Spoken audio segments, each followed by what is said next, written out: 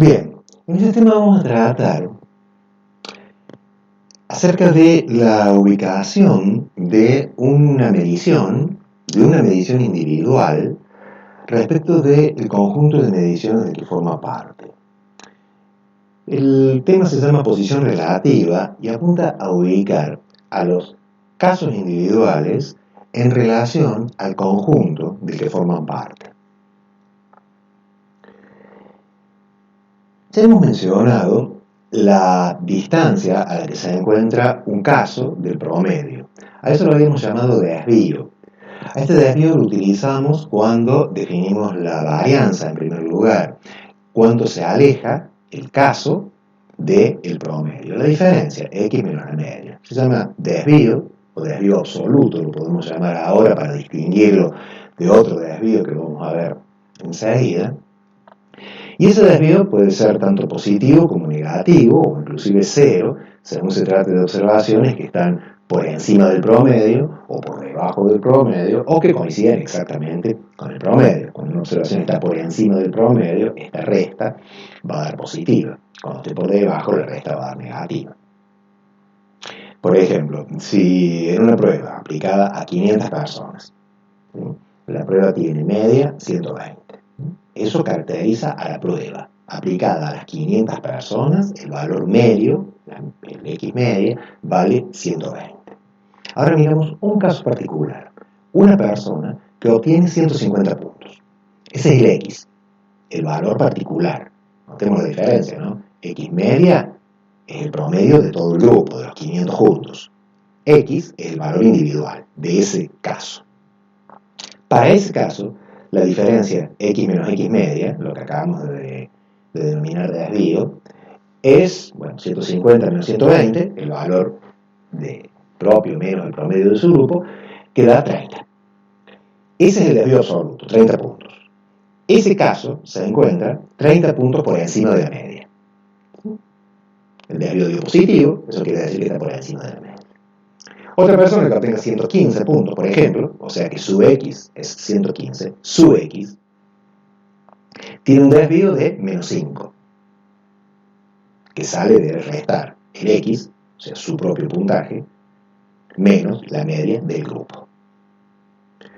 Ese desvío entonces de menos 5 nos dice que ese puntaje se encuentra por debajo del promedio. Ese individuo tiene un puntaje que es inferior al de la media del grupo al que pertenece.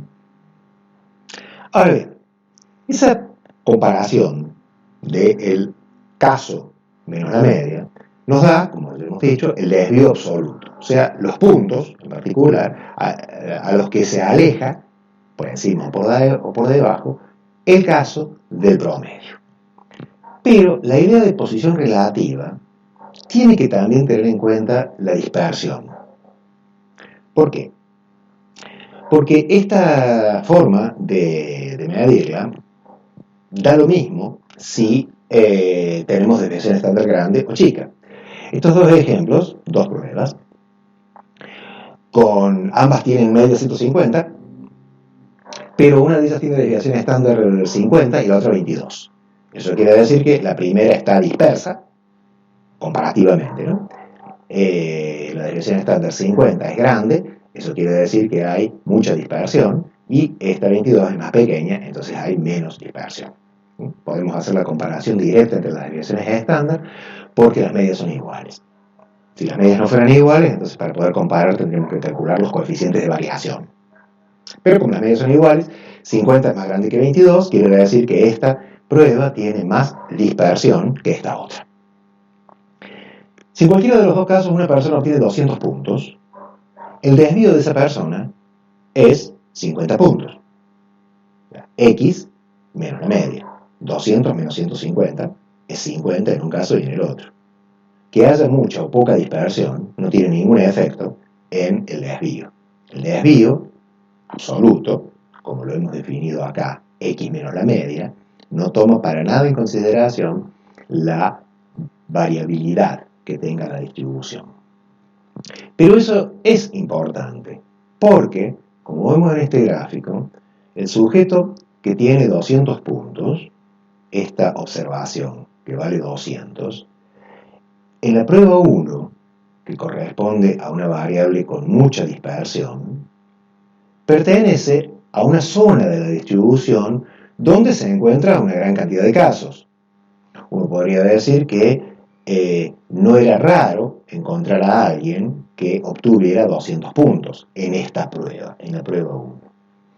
Por el contrario, en la prueba 2, donde la desviación estándar es más pequeña y en consecuencia las observaciones están más concentradas acá hay una cuestión de escala, pero las dos distribuciones cuentan 500 casos. De tal manera que acá hay una concentración grande de los 500 casos en la parte central de la distribución, y esta observación 200 aparece como una observación infrecuente. Este individuo está más por encima que este respecto de la media. Este individuo supera a la media en cierta medida con mayor intensidad, aunque la distancia sea la misma, la distancia sigue siendo 50, pero en términos de frecuencia o probabilidad de encontrarlo allí, en el segundo caso, el valor 200 es más infrecuente que en el primero. ¿Por qué? Porque encontrar un 200 en una distribución como la de la prueba 2, donde la mayoría está concentrado alrededor de la media, que son 150, como en la prueba 2, la desviación estándar es pequeña, entonces los 500 casos están muy concentrados alrededor del 150. En consecuencia, el 200 aparece como un valor extremo, un valor lejano. Por el contrario, en la prueba 1, que también está centrada en 150, como la desviación estándar es grande, los valores están más dispersos y el 200 es un valor esperable de la variable. Es algo que podría encontrarse bastante fácilmente. Digámoslo así, la frecuencia de 200 en este histograma es grande, mientras que acá la frecuencia de esos 200 es pequeña. Entonces, eso nos indica que este 200 es más esperable que este 200, debido a la mayor dispersión que hay en la primera distribución. De algún modo, este 200, uno podría decir, salta a la vista, aparece como anómalo, pertenece a una zona infrecuente de la distribución, mientras que este forma parte del grupo más común de encontrarlos. Y eso no debido a que sea un valor más extremo. En ambos casos se trata del 200. La razón de eso es la menor dispersión que hay acá. Entonces, cuando haya poca dispersión, los valores diferentes se van a notar más diferentes que cuando la dispersión es mayor. Para poder medir eso, necesitamos transformar esa diferencia, la distancia que hay entre el valor observado y la media, es decir, este desvío absoluto que teníamos acá, el x menos la media, lo vamos a transformar en algo que se llama puntaje estandarizado, o también desvío estándar, que consiste simplemente en dividir ese desvío, el desvío absoluto que conocíamos, en la desviación estándar. ¿Cuál es el efecto de eso? Ahora el desvío ya no va a quedar más expresado en las unidades originales. No van a ser 50 puntos el desvío, sino que van a ser lo que dé esta cuenta, pero sin unidades, porque recordemos que la desviación estándar se mide en las mismas unidades que la variable, de modo que si el numerador se expresa en puntos, el denominador también se expresa en puntos. Entonces allí esas unidades se cancelan. Y este cociente no tiene ninguna unidad. ¿Qué mide ese cociente? Indica la ubicación del valor, o sea, el desvío, pero expresado en cantidad de desviaciones estándar. Mantiene el signo de los desvíos originales, o sea, esto va a seguir siendo positivo para los valores que estén por encima de la media y negativos para los que estén por debajo de la media. También valdrá 0, allí donde x coincide con la media, o sea que mantiene el signo. Carece de unidades porque el desvío está medido en las mismas unidades que la desviación estándar. y constituye una medida estandarizada de alejamiento. ¿Qué quiere decir estandarizada? Básicamente que no depende de las unidades en que lo esté midiendo. Alejarse 10 puntos, ¿es mucho o es poco? Alejarse 20 puntos del promedio, ¿es mucho o es poco? No tenemos un criterio para decidir eso. Y acabamos de ver que alejarse 50 puntos del promedio puede ser mucho, como en este caso, que salta a la vista como observación anómala, o puede ser poco, que queda confundida entre las observaciones más frecuentes. Entonces, la distancia absoluta de 50 puntos no nos dice mucho acerca de qué tan extremo es el valor que estamos observando. Por el contrario, esta medida, el desvío estándar, por estar estandarizado, por carecer de unidades, nos pasa a indicar a cuántas desviaciones estándar está el caso, esa observación del promedio. La letra habitual para indicarlo es Z, o sea que Z es lo que llamamos Z al cociente entre el desvío absoluto y la desviación estándar. También se lo conoce como puntaje Z. Este puntaje Z mide la cantidad de desviaciones estándar. Veamos el caso de esta prueba. Acá, los 50 puntos de este individuo, 50, dividido la desviación estándar, volvemos a la operación. Acá lo que hay que hacer para calcular el puntaje Z, lo que hay que hacer es tomar el desvío absoluto, que el ejemplo que acabamos de dar es de 50 puntos, y dividirlo por la desviación estándar. Entonces, el primer individuo, la primera medición, estos 200 puntos, en la distribución que tiene mucha dispersión, ¿qué Z tienen? Acá Z vale el desvío absoluto 50 dividido la desviación estándar 50 dividido 50, o sea 1. ¿Un qué? Una desviación estándar. Al hacer la operación 50 dividido 50, es decir, al hacer esta operación x menos la media dividido la desviación estándar, lo que calculamos es a cuántas desviaciones estándar equivale el desvío. El desvío de 50 puntos equivale a una desviación estándar. Mientras que el desvío de 50 puntos acá equivale a más de 2 desviaciones estándar. Si la desviación estándar fuera 25, serían 2. Este mismo desvío absoluto de 50 puntos corresponde a más de 2 desviaciones estándar en esta prueba y una desviación estándar en esta prueba. Ese número, Z, el número de desviaciones estándar, es lo que explica que esta observación aparezca más cercana que esta. Esta observación está a 50 puntos de la media. Esta observación está a 50 puntos de la media. En términos absolutos están a la misma distancia. Pero, por la forma que tienen las diferentes distribuciones, o más bien por la dispersión que tienen las diferentes distribuciones, este punto está a una desviación estándar de la media, mientras que este punto está a más de 2 desviaciones estándar de la media. Ese más de 2 desviaciones estándar es el que nos dice que está lejos.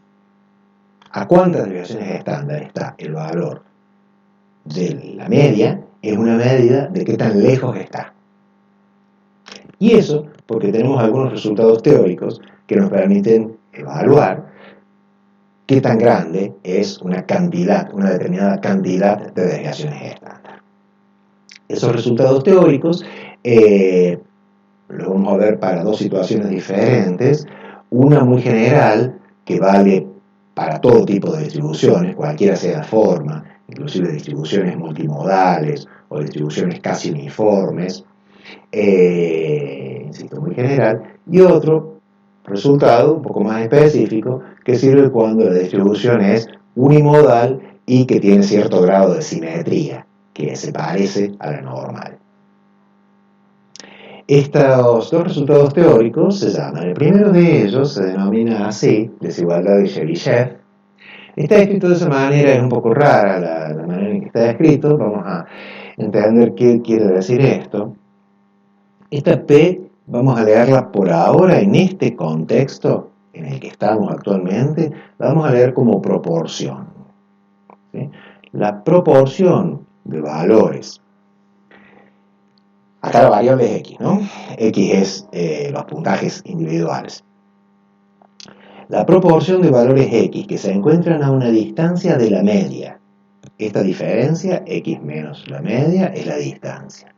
La proporción de valores que se encuentran a una distancia de la media menor que una cierta cantidad K de desviaciones estándar.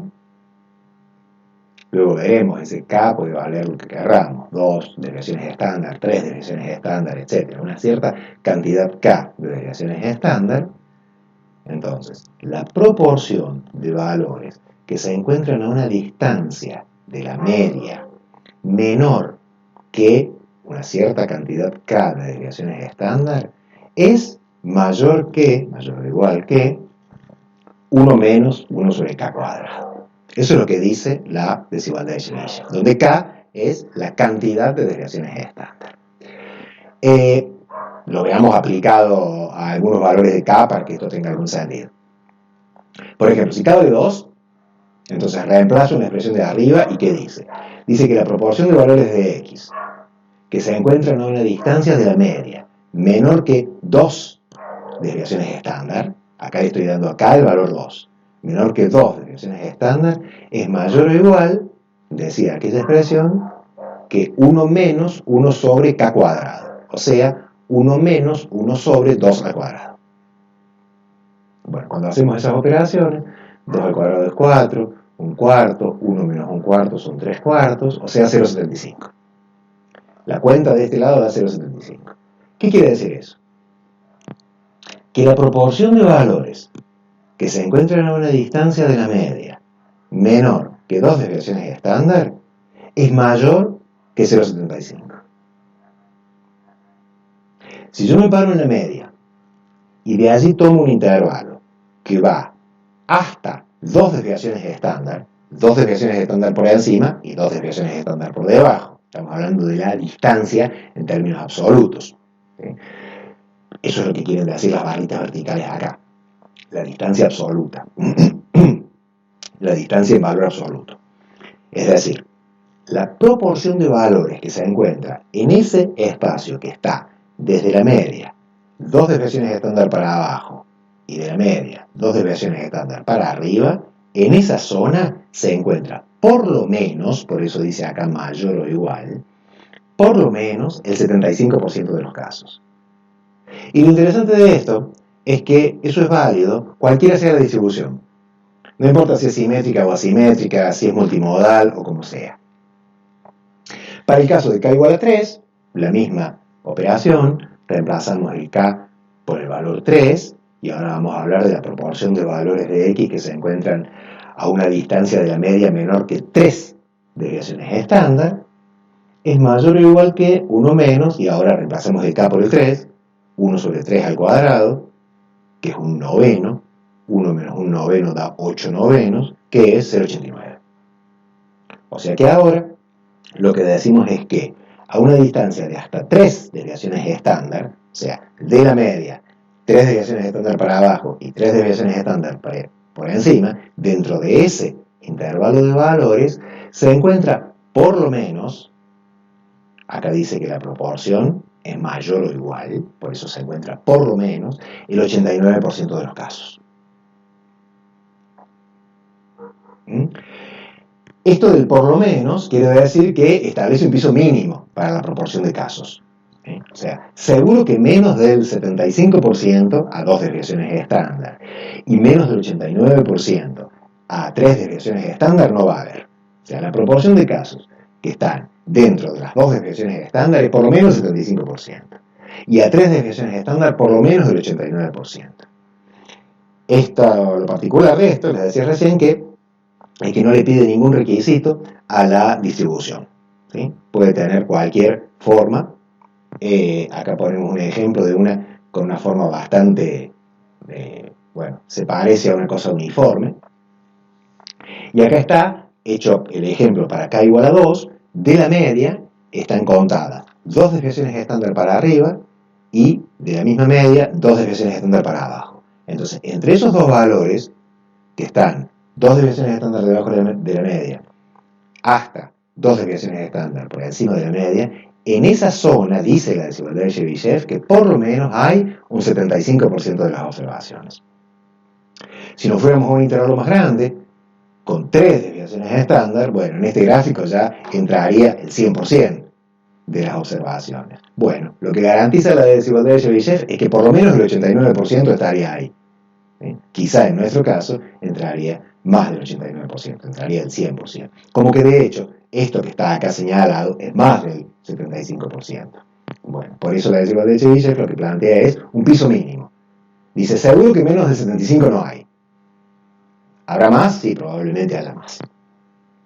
Bien, insisto, este resultado tiene de importante el hecho que vale para distribuciones con cualquier forma. Entonces, si en la práctica uno se encuentra con distribuciones que están lejos de ser simétricas, o inclusive que tienen varios modos, ¿sí?, distribuciones raras, entonces este resultado es útil para aplicarlo, porque vamos a ver que esto de tener teóricamente identificada una proporción de casos alrededor de la media es muy valioso para varias cosas que vamos a hacer más adelante, sobre todo en la parte de inferencia, cuando construyamos intervalos de confianza.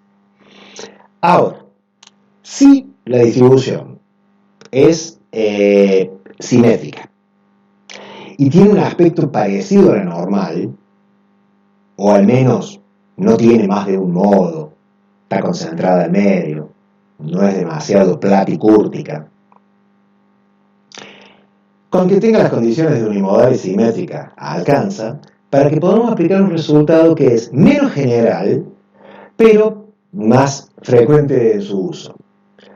Entonces, si se cumplen estos dos requisitos, que sea unimodal y cercana a la simetría, entonces hay algo que se llama regla empírica, regla práctica, quiere decir eso, y que establece que a una desviación estándar de la media, o sea, si nos paramos en la media y nos alejamos una desviación estándar por debajo y una desviación estándar por encima, en esa zona se concentra el 68% de los casos, aproximadamente. A dos desviaciones estándar, o sea, 2 desviaciones estándar abajo y 2 desviaciones estándar arriba, dentro de la zona que delimitan esas 2 desviaciones estándar alrededor de la media, se concentra el 95% de los casos. Y a 3 desviaciones estándar, el 99% de los casos. Esta regla es una regla que tiene origen en la distribución normal. Tiene origen en la distribución normal quiere decir que estos porcentajes se cumplen exactamente si la distribución es normal, para un modelo teórico de la distribución normal. Pero si nuestra distribución es aproximada, se le aproxima a la normal, por lo menos si cumple con estos dos requisitos de ser unimodal y simétrica, entonces esto es una aproximación de buena calidad. Se llama así, regla empírica. Aplicada al caso de 2 desviaciones estándar, ahora podemos usar Z como la cantidad de desviaciones estándar. Eso es lo que mide Z. El desvío estándar Z es la cantidad de desviaciones estándar.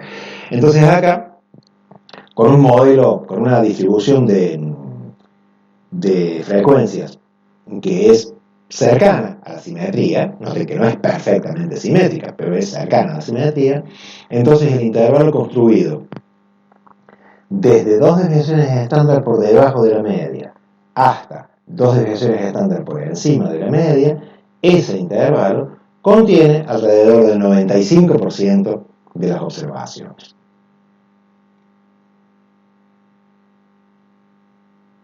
Esto sirve, esta cuestión de los puntajes Z, veámoslo de nuevo. A una desviación estándar está el 68%, a 2 el 95% y a 3 el 99%.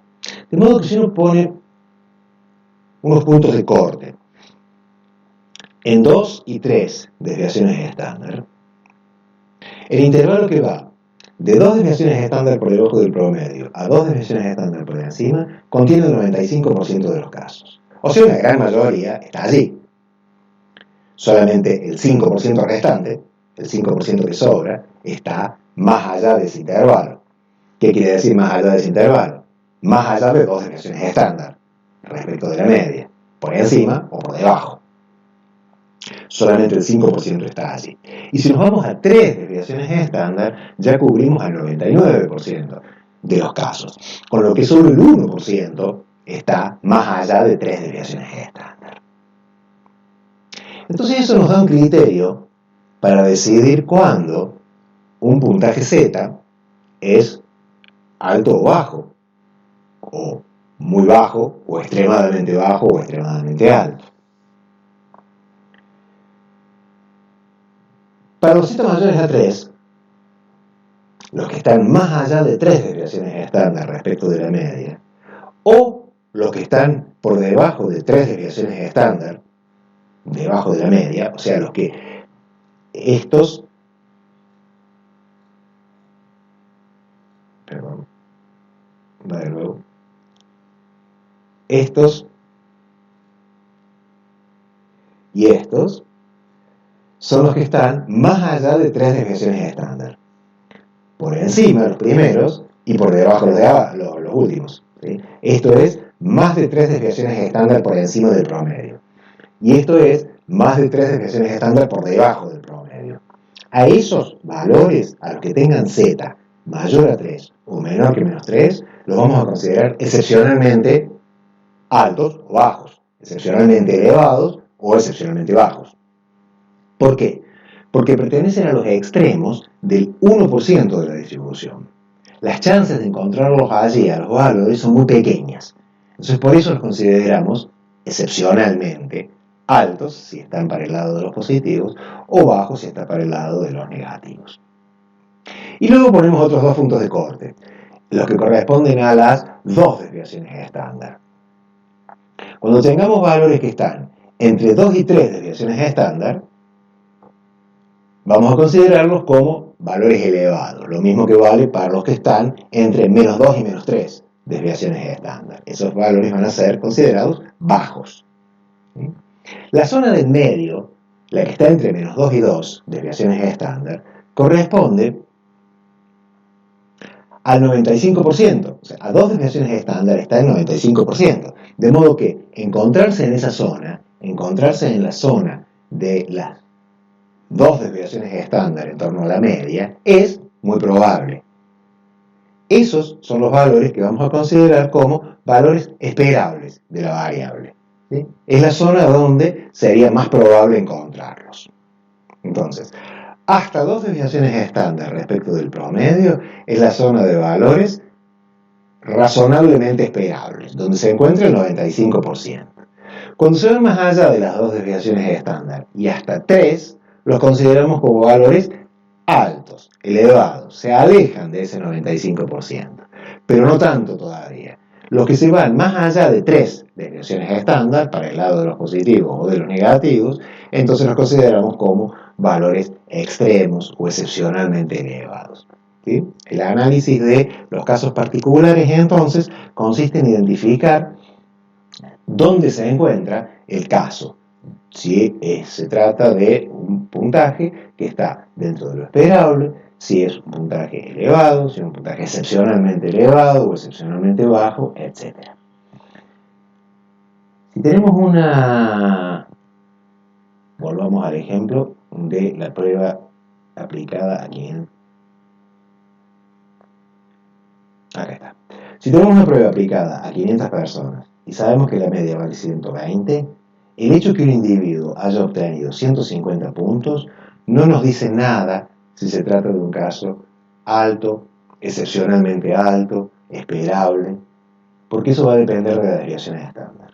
No podemos usar el valor de X solo para determinar si un valor es muy alto o suavemente alto. De este individuo con puntaje 150, solo podemos decir que tiene un puntaje superior al promedio.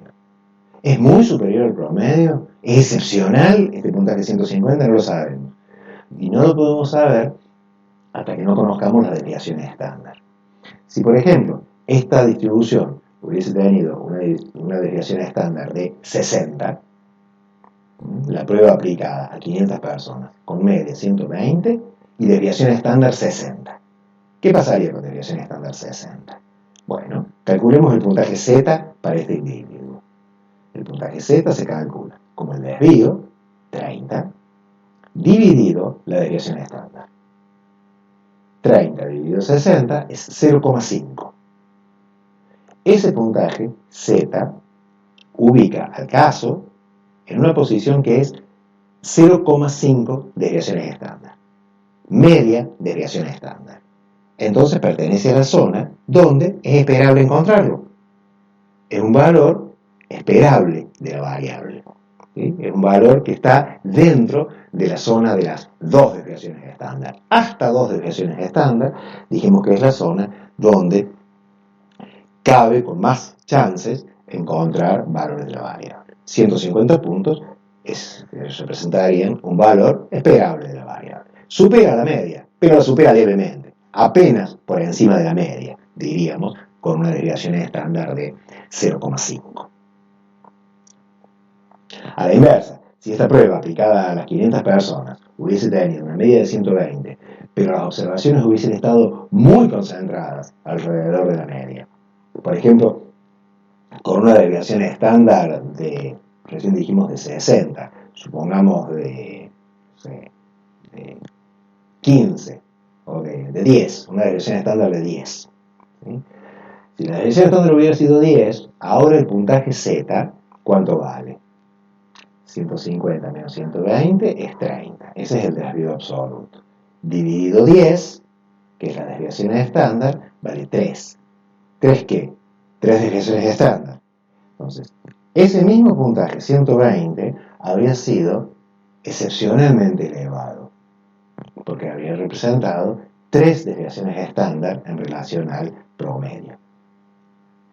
Entonces, ¿dónde se ubica un puntaje respecto de un valor promedio? No es solamente una cuestión de qué tan lejos está en términos métricos, en términos de a cuántos puntos se aleja, sino que es una cuestión de cuánta dispersión tiene la variable. Volvemos al gráfico de recién, y esta misma distancia absoluta de 50 puntos es elevada en este caso y es no elevada en este caso. ¿Sí? En este caso representa una desviación estándar y acá representa 2 y pico de desviaciones estándar, un poco más de 2 desviaciones estándar. Esto va a servir para evaluar